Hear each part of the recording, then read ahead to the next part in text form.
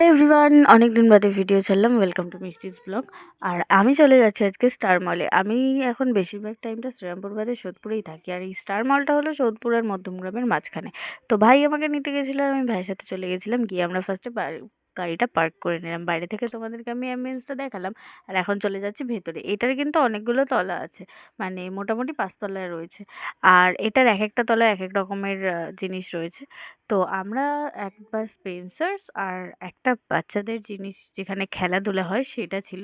আমার ওই গ্রাউন্ডটাই বেশ ভালো লেগেছে।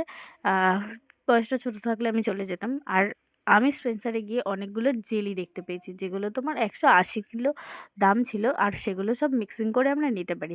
যদিও আমি নিয়ে আসিনি, পরের বার আমি আবার যাবো ওগুলো নিতে। কিন্তু আমার বেশ জায়গাটা ভালো লেগেছে। তোমরা যারা যারা এখনও যাওনি তারা অনেকটা গিয়ে, যদিও শ্রীরামপুর থেকে যেতে অনেকটা দূর, তোমরা গিয়ে ঘুরে আসতে পারো। আর আমি এরপরে আবার যাব ঘুরতে, তখন তোমাদেরকে আরও ডিটেলস জানাবো। চলো টাটা।